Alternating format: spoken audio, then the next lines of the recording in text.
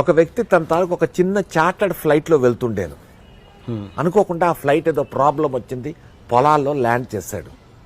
పొలాల్లో ల్యాండ్ చేసే టైం చూసేసరికి ఆల్మోస్ట్ 4:30 అయిపోయింది సాయంకాలం. అతను వెళ్ళవలసింది అహ్మదాబాద్ వెళ్ళాలి, యమా స్పీడ్లో వెళ్ళిపోవాలి, చాలా పెద్ద బిరుదు ఇస్తున్నారన్నమాట, one of the biggest medal for his life అనేసి. బయటకు చూస్తూ దూరంగా ఒక విలేజ్ కనిపించింది, పరిగెట్టి వెళ్ళాడు. అక్కడ వెళ్ళి ఏది అంటే ఒక డొక్కు అంబాసిడర్ కారు దొరికింది.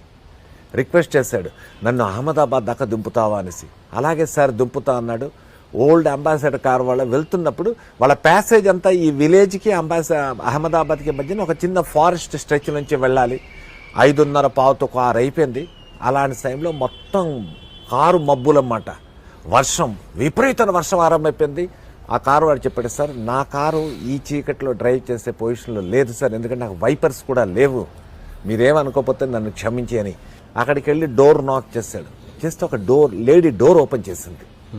చేస్తే చెప్పాడు, అమ్మా నేను చార్టర్డ్ ఫ్లైట్లో వెళ్తుంటేను, అది ఎక్కడో పొలాల్లో ల్యాండ్ అయ్యి పాడైపోయింది, అక్కడి నుంచి ఒక డొక్కు అంబాసిడర్ కారు తీసుకుని అహ్మదాబాద్ వెళ్దాం అనుకుంటే కారు మీద ముందుకు వెళ్దామని చెప్పాడు. నైట్ అయిపోయింది, మేము వెళ్ళాము, మీరేమనుకోకపోతే ఈరోజు రాత్రి మీ ఇంట్లో ఉంటాం, రేపు పొద్దున్నే వెళ్ళిపోతాం ప్లీజ్ అంటే, ఓకే ఉండండి అనేసి చిన్న గది ఇచ్చింది. నిన్న నైట్ నుంచి చూస్తున్నానమ్మా, నువ్వు నోట్లో ఏదో మర్మరింగ్ ఏదో అలా చెప్తున్నావు, వాట్ ఈస్ దట్ అని అంటే ఆవిడ చెప్పింది, నాకు నారాయణ అంటే చాలా ఇష్టం అండి, అందుకోసం నా నోట్లో నేను ఓం నమో నారాయణ ఓం నమో నారాయణ ఓం నమో నారాయణ అనేసి ప్రే చేస్తూ ఉన్నాను. ఎందుకోసం అడిగాడు. లోపల చిన్న కొట్టు ఉంది, దాంట్లో నాకు 10 సంవత్సరాల కుర్రోడు ఉన్నాడంటే మా బాబు, వాడికి ఏదో బ్రెయిన్లో ఒక ప్రాబ్లం వచ్చింది, ఆ ప్రాబ్లం ఎలా క్యూర్ చేయాలనేసి నా దగ్గర ఉన్న స్తోమతకి ఇక్కడున్న చుట్టుపక్కల డాక్టర్ దగ్గర తీసుకెళ్ళాను, బట్ వాళ్ళకి ఎవరికీ తెలియలేదు. ఆఖరికి ఒక లేడీ డాక్టర్ చెప్పింది, మలేషియాలో డాక్టర్ అబ్దుల్ ఫరీద్ అని ఒక డాక్టర్ ఉన్నాడు, అతని దగ్గరికి తీసుకెళ్తే వీడు బాగవుతాడు, నేను వెళ్ళలేను కాబట్టి నారాయణని ప్రే చేస్తున్నా, ఏదోలాగా హెల్ప్ చేయమని. ఇంకేం లేదండి అనేసరికి ఈ వ్యక్తి ఎవడైతే ఆవిడతో మాట్లాడుతున్నాడో అల్లా అని కూర్చుంటున్నాడు మోకాళ్ళ మీద.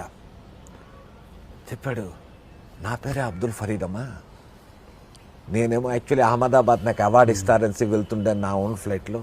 అంటే ఈవిడ అబ్దుల్ ఫరీద్ దాకా వెళ్ళే స్తోమత ఇవాడికి లేదు కాబట్టి, ఆ నారాయణని నమ్మింది కాబట్టి, ఆ అబ్దుల్ ఫరీద్ అన్న ఒక డాక్టర్ని ఈవిడ దగ్గర తీసుకొని వచ్చాడు.